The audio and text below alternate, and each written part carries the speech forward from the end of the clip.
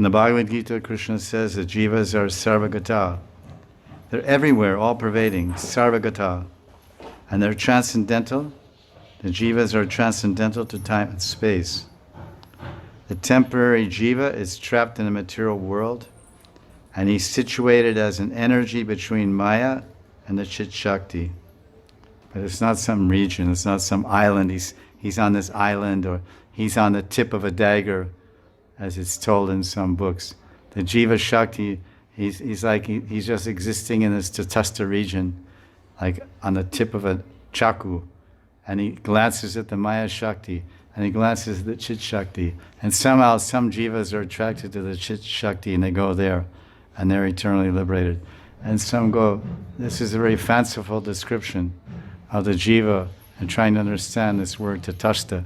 But there's nothing, it's not a border, the border where the ocean is, one side is totally wet, but then waves break on the beach. So there's a part between the totally wet ocean and the dry sand where the waves come up. So it's moist sand.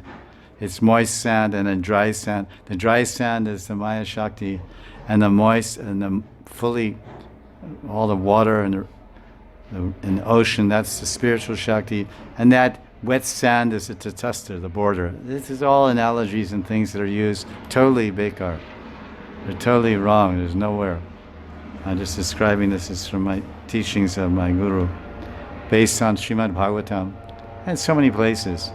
It's just there's this energy and there's that energy and this energy. It's not like Krishna's over there and Maya's over there. Everything is in Krishna. Spiritual world is in Krishna. Material world is in Krishna. The 9.4 Gita.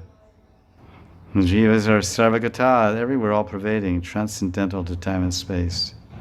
They're temporarily trapped in the material world, struggling between these two energies.